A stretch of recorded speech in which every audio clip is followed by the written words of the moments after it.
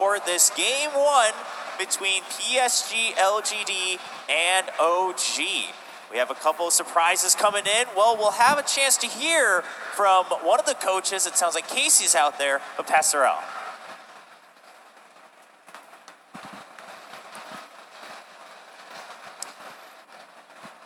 I found him. All right, you got your papers? Yeah, there are 4 this time. 4 this time? Yeah, yes, I wanted one, but he didn't want in the boot, so he tricked me. You've been tricked. Yeah, well, he's going to use it later, it's okay. So the draft is fine. I mean, the team is happy with what we picked. I have no story today, because I slept like a few hours. Well, you've been preparing for a little something we call the grand final, so yeah. Not because of that. I mean, the last 2 days were like filled with emotions and weird feelings, you know? And we tried to sleep, but at least me and Johan, I know for sure because we're in the same room. And it's hard, you know? You try to go to sleep and you just can't, and then it's morning, and then you have to play to do stuff, yeah. Are you feeling pretty confident based on the draft we just saw? Yeah. I'm very confident when all the players like agree on the draft and they're like happy, because it's like it's about teamwork. And even if, let's just say we are a little bit outdrafted, it doesn't matter that much, because we showed like many times that we can come back if we are like chill, we do the proper plays. Step is like making all the team be okay, not to go like emotional and stuff. So yeah, I am confident in them. Good luck. Thanks a lot. We'll see.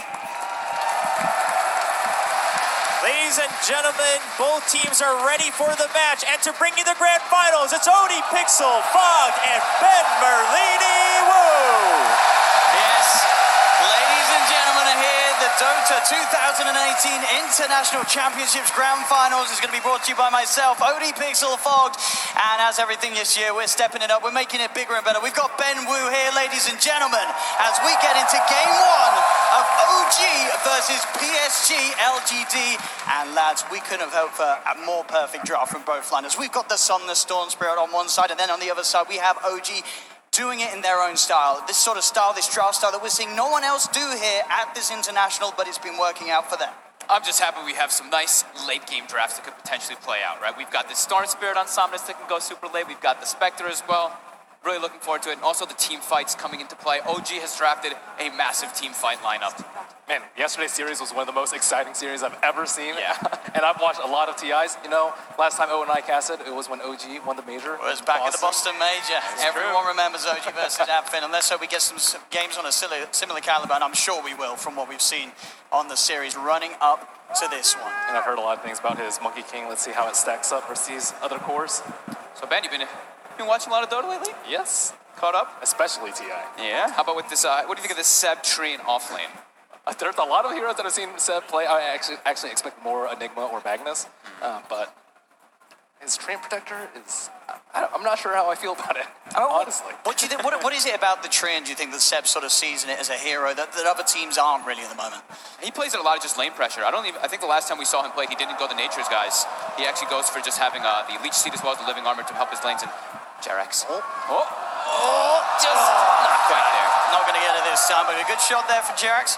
Didn't want to try and lane down the Fisher just in case they were on it and had the micro ready. So right off the bat, we see LGD. They want to be able to dodge and adjust away from OG's lane. So they want to protect their Bloodseeker in particular, and also having against that Spectre and away from the Train Protector. Same thing in that mid lane. They don't want the Monkey King versus Storm matchup, so they're putting Chalice there, which is a much better matchup. He can do great versus that Monkey King. It'll be interesting to see how well Thompson plays it. As you could imagine, this hero that we know, he plays in all his pubs. He's been bringing it out here time and time again at the International. You can imagine he's probably played his fair share of matchups, so should be used to the Enchantress, and we'll see how well he can do here, as he has had some incredible games recently on the last couple of days here at the International. Yeah, Monkey King's not the most super popular in the mid lane, but for Thompson, you know, he plays all those weird ones, and he plays them just to the point where you can pick it despite it not being top tier. Yeah. Hero that we have not seen win a whole lot though, right, Owen? I think me and you saw at least 2 or 3 that did not have a good game. It feels it's one of those heroes that can absolutely sort of crush the mid game, get this insane amount of kills, and indeed they're going for the kill. He's blocked in by Jerax is vicious. Somnus trying to lay down the remnants. Seb's got to be careful. Has to step away to make sure he doesn't get caught out by the stomp. Pretty scary lane for OG up here. The Earthshakers, well, Korean, just these two melee heroes versus Elder Titan and Storm. They love playing versus melees. If you get into range, you just can get stomped up, and also, of course, that static remnant damage. The Treant Protector might force these cores on LGD to go something different, though. The root against the Enchantress and the Storm Spirit, you don't really want to build a Yules or any sort of Dispel, but you might have to versus double root. Yeah, that's a good point. I've seen like Somnus, I'm pretty sure I've seen him do the Kaya into Yules build from time to time, but it's pretty rare. It depends on really that matchup. Yeah, I know the panel was talking about him rushing an early Orchid, but it might be very dangerous doing that versus the tree. Yeah. We can certainly expect to see it sort of play out a little differently, as we say, being in the safe lane rather than the mid lane. Something that we have seen a few of the Chinese teams start to do this, TI. I really like Sin's point that he was bringing up on the panel, how he was saying, like, you look at OG's draft, and it's a lot about just that wombo combo. If LGD are able to disengage once they get to that point, I think it's going to be really important for them in the mid game. It's like if they throw all their ultis out and LGD just walks out of it, then all of, like, majority of OG's damage is kind of committed forward there. Do you think a lot of pressure's on this Elder Titan to break up that team fight combo that OG has? Yeah, definitely, because they also have some good combo synergy that can come out too. If they do live that, they have like this damage that can just build up more and more. Because Storm Spirit, if you don't get caught in that initial combo, you can take out all these heroes. You're relying so much on the Earthshaker as well as Treant Protector controlling that Storm. Well, so far, looking at all the lanes, no one really falling behind. Seb's at the bottom of the CS, but still the big one, certainly that mid lane. As we were saying, you'd expect the Engines to maybe come out on top, but I think this is just Thompson showing us how well he can play the Monkey King in a variety of matchups, as he's leading the CS by quite a bit at the moment in that 1v1 mid. Yeah. Haven't seen how much he's spent on salves yet, though. But certainly getting harassed much more than Chalice is. It's fairly even in net worth, yeah, so he has been bringing out a couple extras, but he's also getting benefited from the living armor. So like we were saying, Seb on this Treant Protector doesn't go the Nature's guys, he helps his lane. While top, the Stomp connects. They've got the setup, they've got the remnants down, and LGD looking for first blood, they'll find it. FY cleans it up.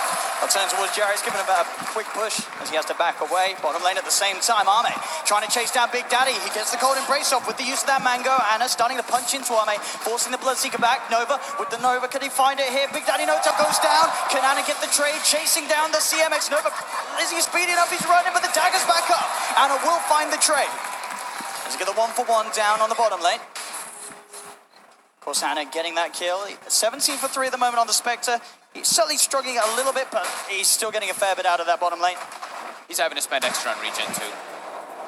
But on both sides there, it's a lot of a spam matchup down in bottom. They have the Wyvern as well versus that CM. So just constant harassment with spells.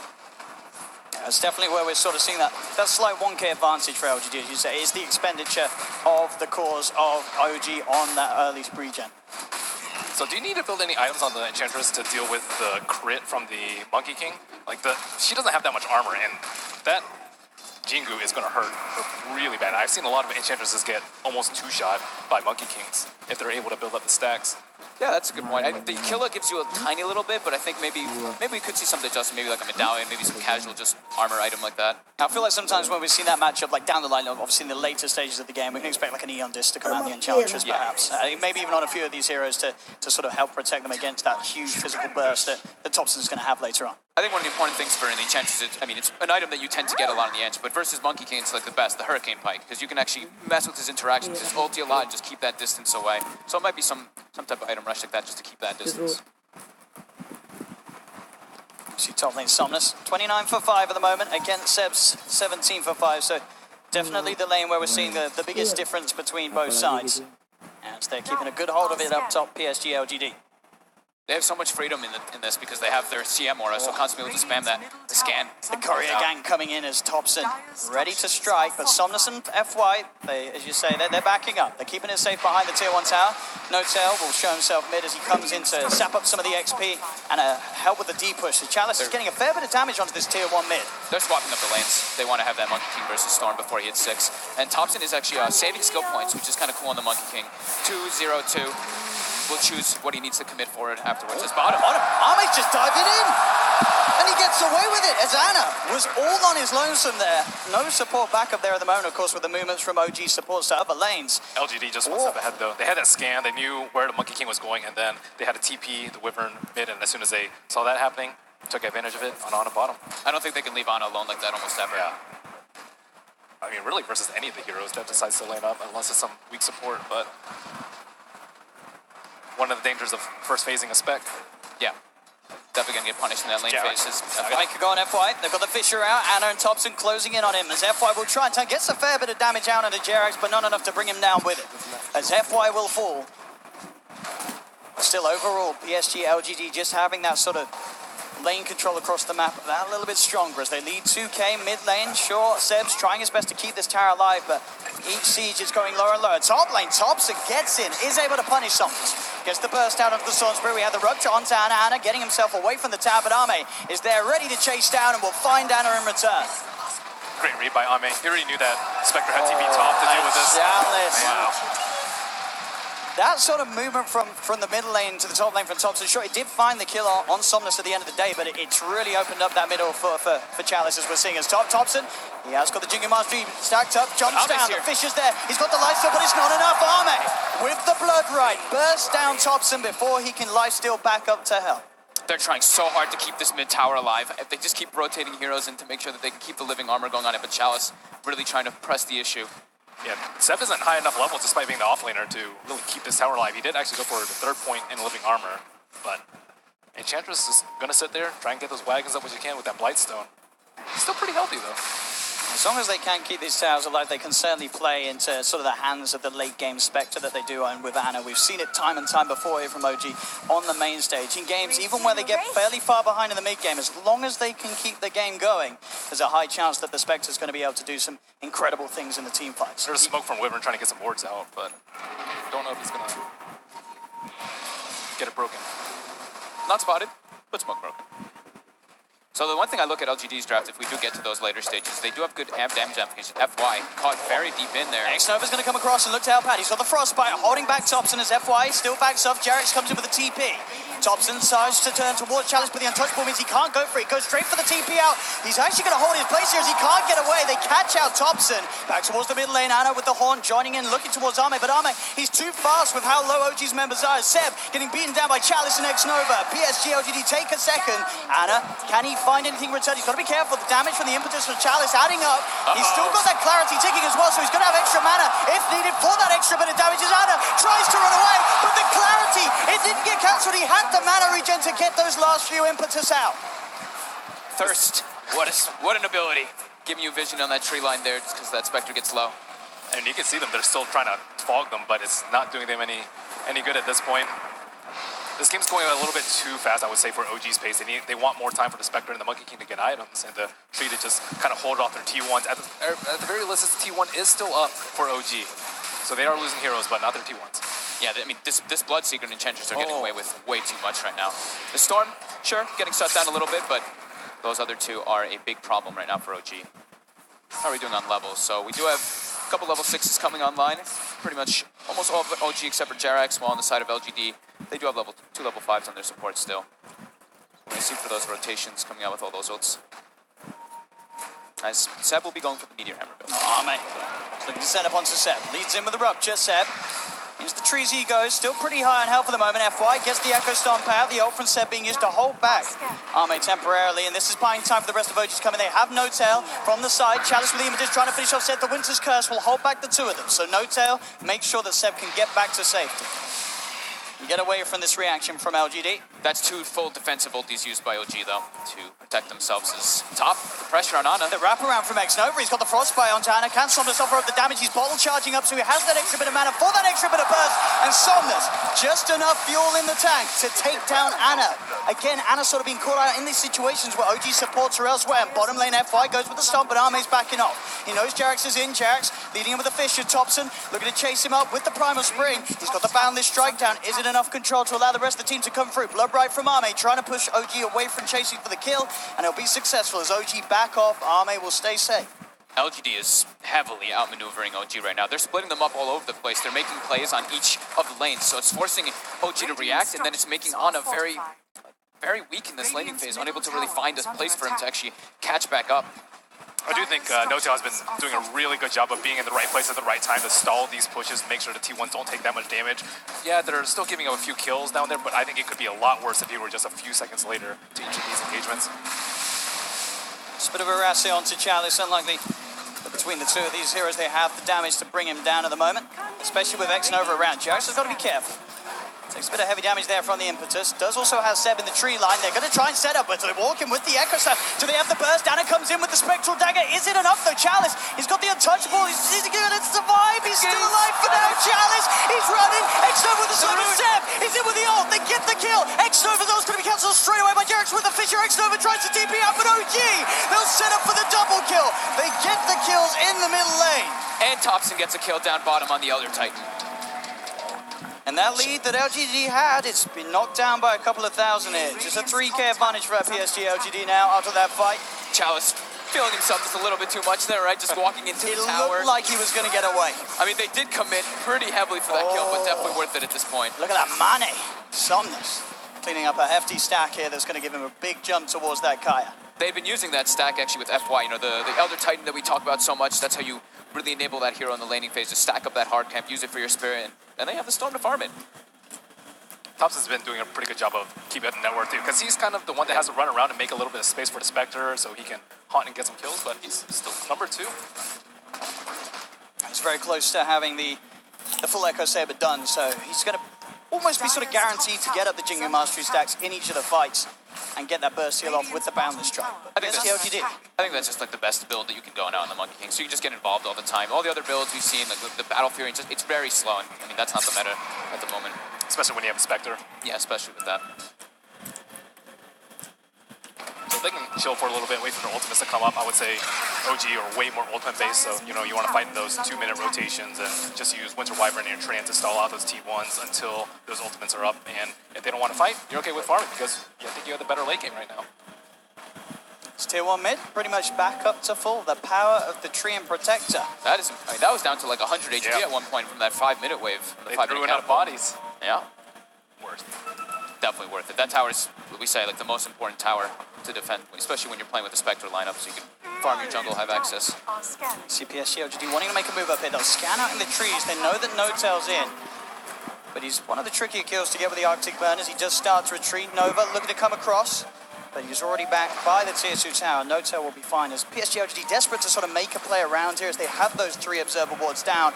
Do see him actually as No-Tail sort of comes back in actually as the Arctic Burn ends.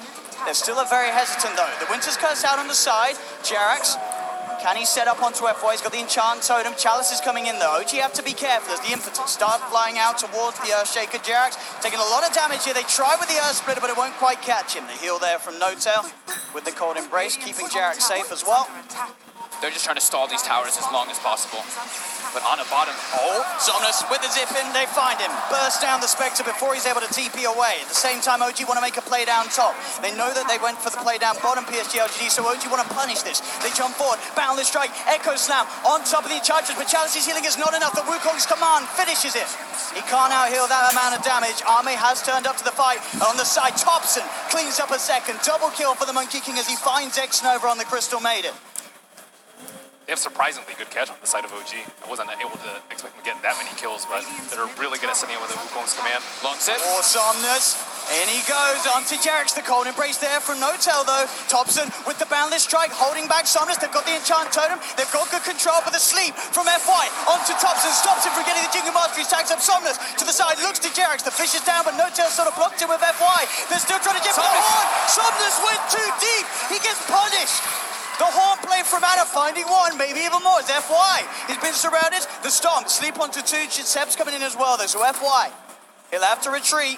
PSG LGD can't take this fight for now. Chalice, or maybe they can. Chalice has turned up as well on the Enchantress. The Seb ult, holding the 2 of them back.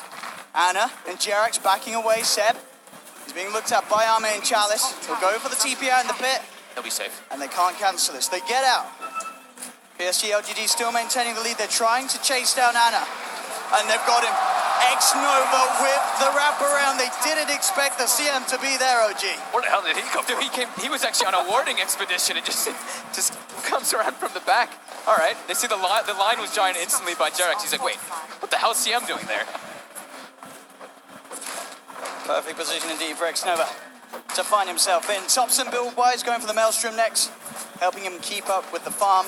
As we've said earlier, he's already doing a very good job of keeping up with the pace of Somnus and Arme.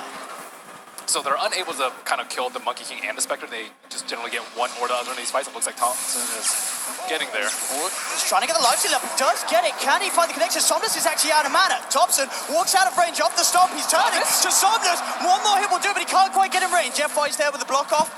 As Thompson won't find the kill onto the storm. He may find F5. He's got the boundless strike up in 5 seconds. Into the tree he goes. Arme's TPing in. Thompson, he's in. Jumping forward. He's going with a boundless strike. The Wukong's the back of a Jerax with the vision. They're onto Arme. Arme's gone. Thompson with the tree play as Jerax is still there looking to do X-Nova. Chalice is coming with the impetus. Thompson in trouble. He's been silenced. He's been surrounded. Somnus sips in with the vortex of Winter's Curse. There, surely they can't keep Thompson alive. They can't. Thompson will fall. Somnus sipping for more. He's got his eyes on No-Tail. No-Tail trying to the golden embrace, but the remnant magical damage is there. PSG, LGD get the 2 of them at the end of the day. They're responding so quickly. They know that OG's draft is just very ulti dependent. They're just keeping the moves going. As soon as those ultis come out, they don't care. They just bring more and more numbers. They know that Ana doesn't want to get involved in too many of these fights. If he doesn't have Haunt up, there's no way he's going to come. So I think Thompson made way more out of the situation than he could have. Almost killed maybe. And still, he got a core kill at the end of the day. He did. And they've got the blink on the Earthshaker now, so.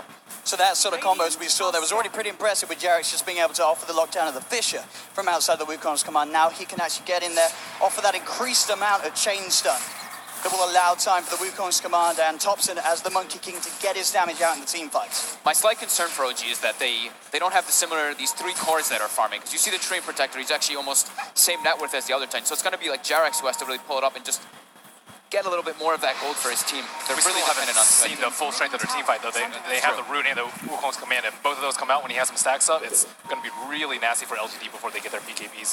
And they have good ways to set it up, right? They have the Winter's Curse and the Tree and ulti, so.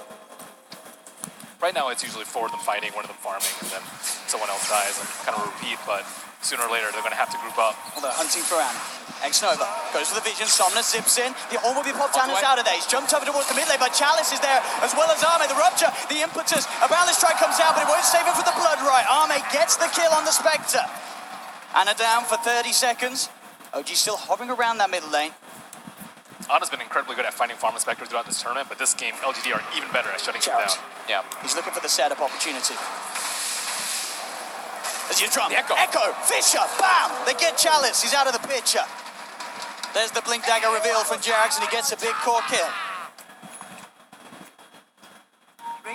Yeah, Chalice has been the punching bag for LGD, but at the same time, Storm, what is he going for? Orchid's going for the Orchid after Kaya. Not going for any type of defensive, just going to depend on his teammates to try to really bail him out of the situations, in particular FY, as the panel had mentioned, for that disengage. But yeah, I wish I could just count all the ultis that Chalice has eaten already in this game, and it's only not even 20 minutes in. Yeah, I'm sure they'll switch off once the other cores get BKB. I'm not sure if maybe he's going to get one next, but I would probably think so with his first 2 offensive items. He's caught out No-Tail, out in the river, all alone. X-Nova there too, caught embrace by some time, but the ult comes out from X-Nova. Not messing around with No-Tail. There's some ice-on-ice action, brings down the Wyvern. He's got a Shadow Blade. He seems to know exactly where Thompson is too. Doesn't have a Quelling Blade. Quelling, oh, he's bought it. He's bought it now. He bought one. He bought one. He's looking for the right tree. There's Thompson. He's going to go for it. They've got the jump. Jerax with the control again. Chalice, the punching bag in trouble as the Wukong's command gets the final hit. The Earth Splitter's coming out, but Thompson keeps himself to the side. He has been silenced by the blood right Arme. Looking towards him. The rupture down on Thompson as well. Thompson has the living armor. It gives him the chance to turn. Get the Jingle Monster. He stacks up. He hasn't got boundless strike though for 7 seconds. The Fissure from Jerax buying him time. Thompson life stealing up as he hits the creeps. Arme with the Shadow Blade over the kill. Somnus, he's in. Thompson still alive though. The Winter's Curse on his back, and Thompson gets the life steal, but he still goes down. Thompson will fall. Somnus still in man and attack, ready to play around, zips across, gets Jerax as well. Now looks towards No-Tail. He's got enough mana for one more remnant. No-Tail turns with the Splinter Blast and the wraparound for Seb. Looks for the bloodshot Somnus. Somnus zips back defensively. They've got the sentry down, Frost Nova, the buyback from Jerax, Ana with the chase down Somnus. He's used a lot of his mana, the Fissure, the damage from Ana. He's got the dagger out, he looks to Somnus and he finds it. Somnus is gone. No-Tail burst down by the blood right Jerax and Ana. They're looking for more X-Nova. Enchants over Jerax, holds him in place. One more right click will do it and CM falls. Seb goes down as well to Arme. The sleep setup, FY, stop. They've got the combo, the blood breaks out, and they're surrounded, the damage from Arme. The Fissure, but the force! Chalice. They get him over, Arme! Still on the chase. Ana, back to the shrine. Now Thompson's back in the game. Arme's got to be careful. Fissure's up. In a second, Jerax jumps in. The echo. The control. Anna's in on top. Ame's gone. Chalice up to the high ground. Anna still wants to chase. He looks towards it. But he will back off for now. As ladies and gentlemen, OG and PSG LGD here in game one of the grand finals of TI8, certainly making it feel like it. What a buyback from Jerax. Really just kind of saving that situation for them, which is looking kind of bad. Buys back, gets himself some big core kills, at least at the end of that one. Getting both that Storm and the Bloodseeker. Although they lost a lot of their support heroes, they kept their Spectre alive, which is the most important, as Ana is now level 14 for his team. I forget who was talking about it on the panel, but they were just so good about playing around tops and making sure that he gets his Jingu stacks. He's been critically low multiple times, but being able to separate them off with a fissure or just lifesteal off creeps and just making sure he gets those Jingu stacks before he can actually go into the fight. Or even just with the synergy of with the living armor, it actually makes a big difference. He's able to tank so much with living armor as well as the Wukong command bonus armor. And it seems like a tough core matchup versus the Bloodseeker. Like the Bloodseeker, you don't really want to fight a Monkey King. Normally, you're okay with a Blade Mail, but he has the Jingu lifesteal to deal with that, and then he also just can press his ultimate and not run away, and doesn't have to worry about rupture at all. And each time saw the backup of the living armor as well from Seb, just giving him so those extra few instances of being attacked to allow him time to build a life steal. Somnus, he's straight in onto Ana. Does he offer the damage on his own to find the kill? Though Ana pretty tanky at the moment, as Ana just turns and Somnus has to zip himself away. Living armor.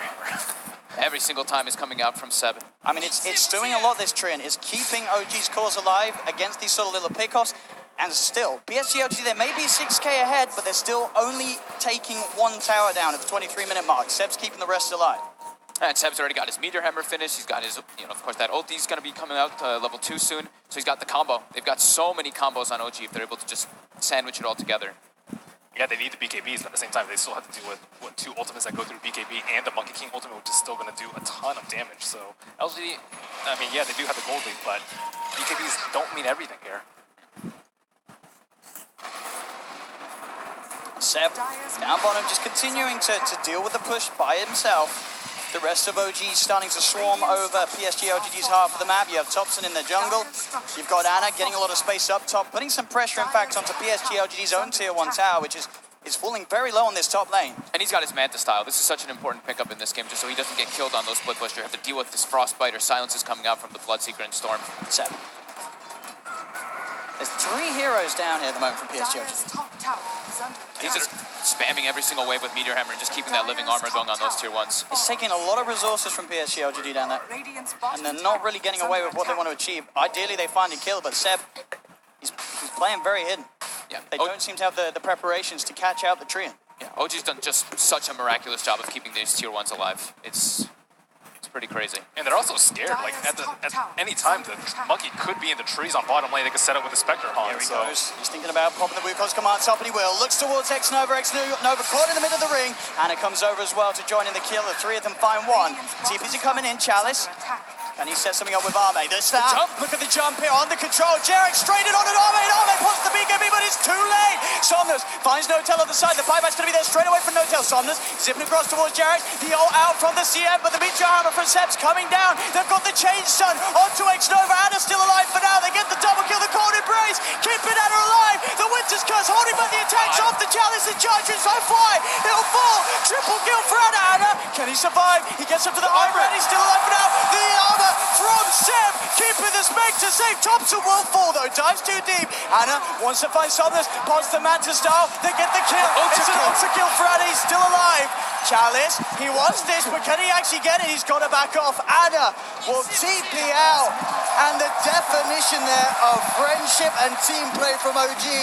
These sort of saves from Notel's Wyvern, from Seb on the Trian Protector, it's incredible. And their preparation too. They already had the sentry down behind the tower. Bloodseeker runs in with that Shadow Blade, gets caught out immediately from that fissure, as well as jump in as from Jerax. And that was LGD's game plan. They tried to take down bottom with 3 heroes versus 1. They couldn't do that. They tried to take a team fight mid. They weren't able to pop their BKBs out before the Echo Slam. How do you think they should take the next fight to make sure that they retain their lead, albeit small? Name. He had trouble that last fight getting the BKB off in time with the speed that Jerax pounced upon him. These saves are just so crazy how good I can't Living believe Armor he can didn't be. go down. BKB even went off too, so it ticks down to 9 seconds now, but these saves just back and forth, be it from the cold embraces, even the curse to protect him in some situations. That right there, the overgrowth. Look at Ana. It looks like he's just dead in this situation over and over again. As you said, the combination, the living armor, saving him for those first few rainbows coming in from Chalice, and then the cold embrace, they just couldn't kill him off. My goodness. Free's been so annoying for them, though. Really has been. And they also just sat on the root, too, for so long. They weren't able to finish him off. They had the leaf seed and the living armor and the cold embrace on top of that, and their urn. Just so many ways to heal him in. LGD, I mean, they kind of need a spirit vessel, too. It really does seem like that. But I don't know who's going to build it. I think it's... FY almost has it finished. So I did have the urn. He does tend to do this from time to time. I think that might actually be a bigger deal than the BKBs on their side at this point, considering how much these saves are helping out OG in his team fights. So it looks like PSG LGD will finally be able to find this 2-1 tower down bottom, but OG, they're into the pit, no tail, tanking up the Roshan with the cold embrace. The blood right will be thrown out by Arme. They suspect something's up. Jerax just keeping their eyes focused towards that mid lane, throwing down the Fissure, holding back the creep wave. Roshan's at half health. They've got Elder Titan. They can keep scouting this over and over again with the Blood Rights too, pushing him back. Top's going to start the fight. Here goes the bandage talk to Arme. The BKB's out from Arme, though. Gets himself out of the Wukong's command. Ana with the horn finds X-Nova. That's one down, and Arme with his BKB is just having to run himself away from the fight. So now Arme is without the BKB. OG can look to head back to the bit. Jerax still with the Echo Slam. No-Tail still with the Winter's Curse. Zeb still with the Overgrowth. They have their team fights still ready to go, OG. They're killing this so fast because the Manta Death Chalice. All tries for it, but he's not going to get it. Straight in. They get the two and then the slam. LGD tried to get in there with Somnus, but Jerax was quick with the jump.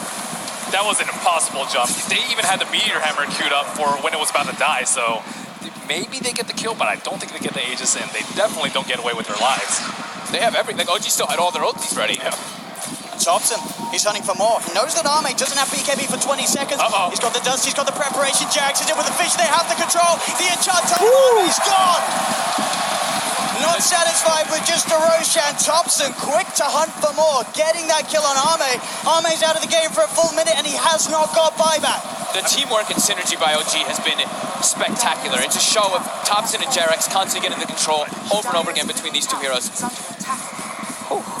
Who says you need to go late game with Spectre? 29 minutes in. Pressuring the base of LGD. On his 12, 7, and 8 on this Spectre. That's a tier 3 tower gone. They're onto the barracks. Somnus holding on to his buyback. He'll be back up in 5 seconds. FY trying to set something up. Just find the sleep onto the two. Then the cold embrace can be prematurely put down onto the Monkey King. They have the Earth Splitter out to do it. Somnus zips in. The burst. He just rips the Monkey King apart. Can he find more? No, he's getting changed to Jerax with the control, but he gets back out. Somnus will survive just for now. To jump. They got the impetus down. Jerax in again with the enchant. Totem X over. Very low challenge with the play. Looking for Ana with the cold embrace. Keeping Ana safe with the help. Somnus zips in. He wants Ana with the Glimmer Cape. Keeping Ana alive. OG just saving one another and getting away with these pushes until now. Arme, he'll come in with the TP. He's looking to hunt down Ana. Ana has the living armor, goes for the TP out. He's going to make it. There's no way that Arme can cancel that as Ana gets out of there. Again, the Winter's Curse of No-Tail being used to hold back the disablers of LGD. No-Tail, he will pay with his life, but he did his job. He got Ana out of there. These living armors, every time, just seems to be making such a big difference in every fight. And there's not enough damage also coming out throughout the cold embrace. I thought the impetus would be enough, but with that alone, the hero creep. Slowly but surely doing it.